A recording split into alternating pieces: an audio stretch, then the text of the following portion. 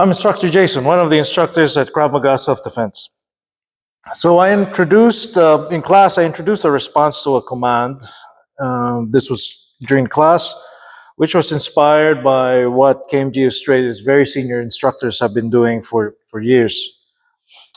On a command, students would find and tactically move to a safe place. In this case, for the gym, is the corner, the walls, and as they do that, I would add a verbal narrative of what their movement meant, which was chaos is happening around you.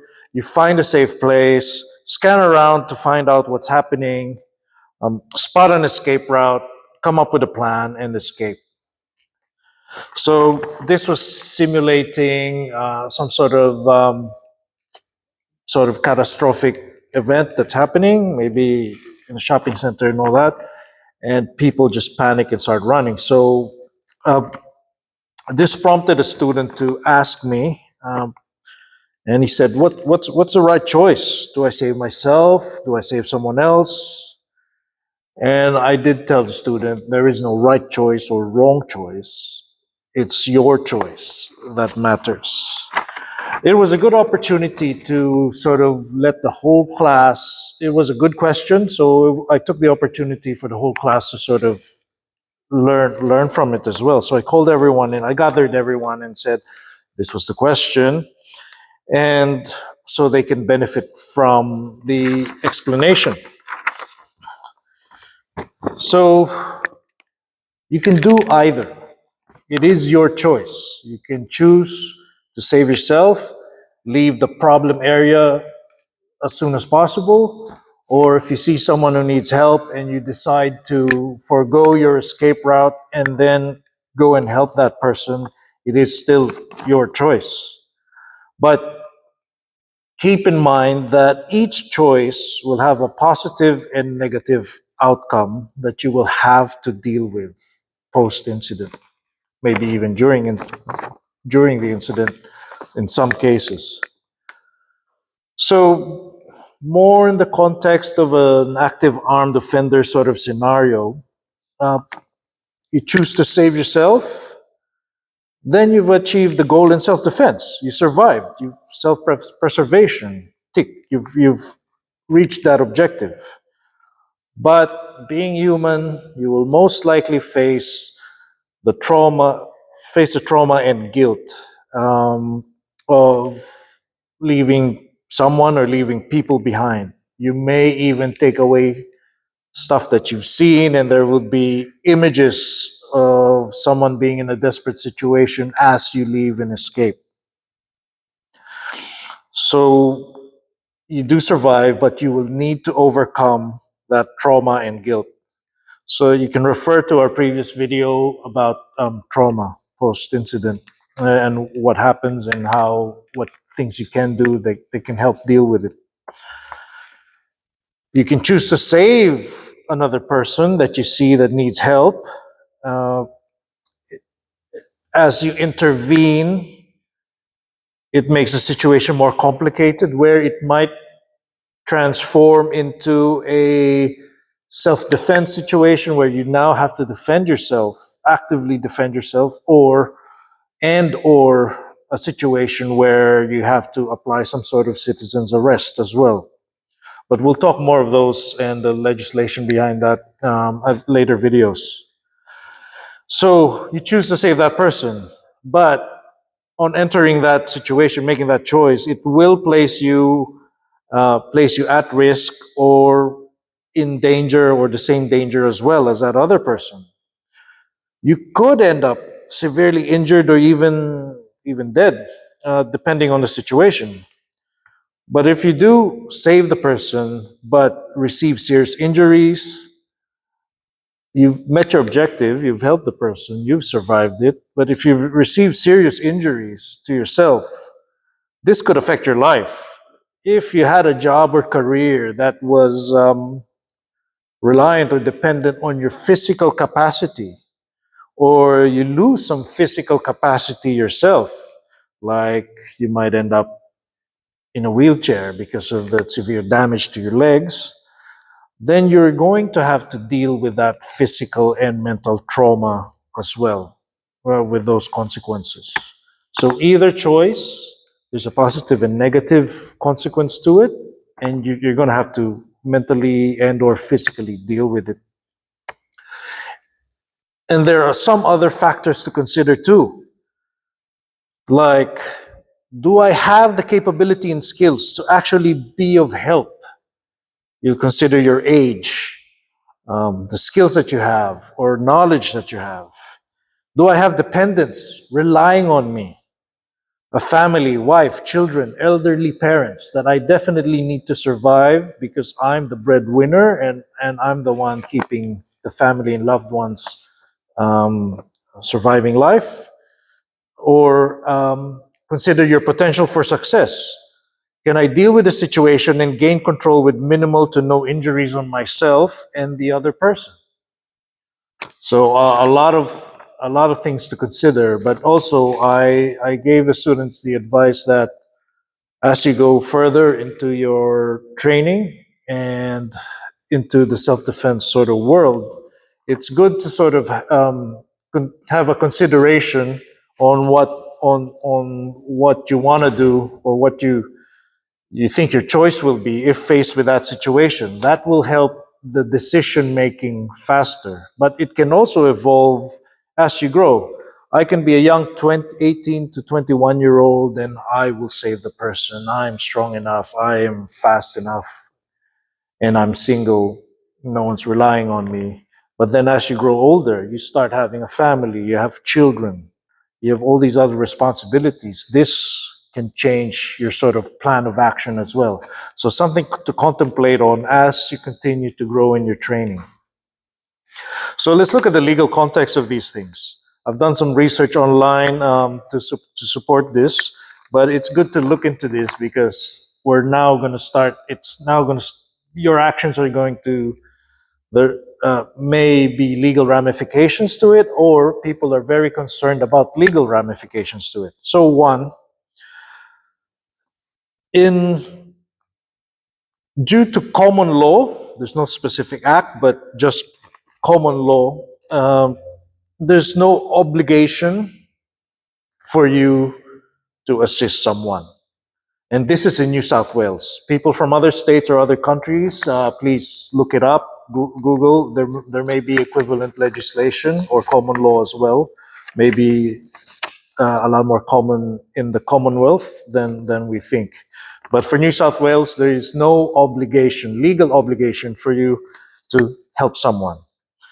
So in New South Wales, there's been no positive duty to rescue another person, positive duty being synonymous to an obligation.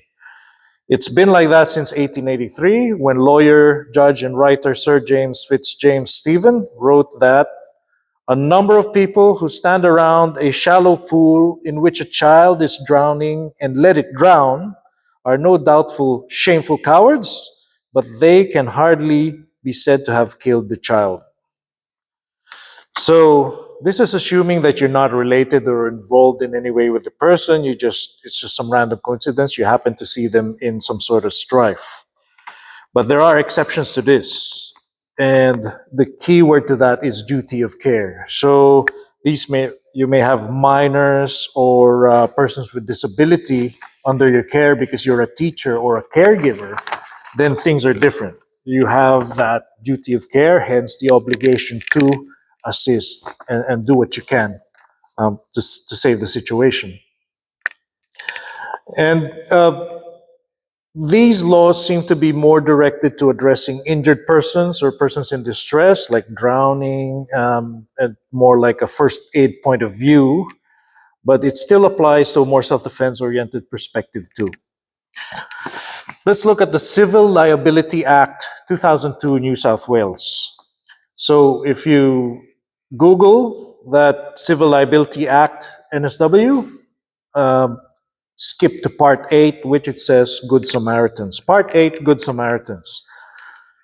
Section 56, right? Who is a Good Samaritan? So it lays out there the definition for a Good Samaritan. For the purposes of this part, A good Samaritan is a person who, in good faith, that's the key word, good faith, and without expectation of payment or other reward, comes to the assistance of a person who is apparently injured or at risk of being injured. So, if you have that good faith, that good intention, and you do choose to help that person without being expected to be given paid or be given a reward, helping that person while they're in strife or they're already injured or probably might be injured, then you're the Good Samaritan. Section 57, protection of Good Samaritans. So, a Good Samaritan does not incur any personal civil liability in respect of any act or omission done or made by the Good Samaritan in an emergency when assisting a person who is apparently injured or at risk of being injured. So there's a reason why they call this the Good Samaritan law. So this Civil Liability Act, Section 57, protects you from any civil liability or pretty much in layman's terms from being sued by trying to help someone in need or about to be hurt, um, as long as you do it in good faith, and you falling into that Good Samaritan definition. So, in this context, of course, the recent tragedy, Bondi Junction, a lot of people got stabbed. You had one of the Bondi rescue lifesavers was there. He um, he definitely had the skills and knowledge. I still have to check if he's under obligation because of that profession. But although I doubt it, but that he's automatically obliged, but he is off the clock and he doesn't have the equipment to do so. So that might be arguable. But anyway, he he went in, did Good Samaritan, tried to help, he tried to help as much as he can. People were bleeding, literally bleeding to death. He did what he can with the equipment that he had or whatever first aid kit he was able to get. Others did not make it. No civil liability for him because he tried his best. He had the knowledge and skills. Not that that matters, but he acted in good faith to really help those people. So, yeah, not subject. So, Good Samaritan law protects him from any civil liability. Section 58, exclusion from protection. So it's not an umbrella clause. There's some exceptions where people can still be civilly liable, and these are the conditions. If they're significantly impaired by the influence of alcohol or drugs voluntarily. So if you've been out drinking and you're too intoxicated and you try to help and things go wrong, then you are civilly liable um, for the consequences of what you've done because you were not in a good state to help anyway. And by the way, I'm summarizing this because there's this long legal lingo that I just don't want to verbatim read to you guys for this part. If they fail to exercise reasonable care and skill, so I guess in layman's terms, they were being an idiot in trying to help the person. They did not help at all. Um, and so they can be civilly liable for that. And also if they do it while impersonating emergency services staff. If they're trying to impersonate a paramedic, fire and rescue, or police officer while doing that, then yeah.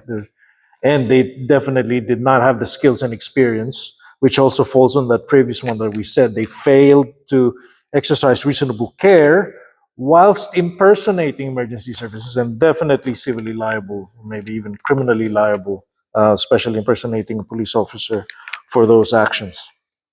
So, as a summary, it truly is your choice in those situations. But just remember, whatever you choose to do, there are consequences and trauma that you will have to deal with.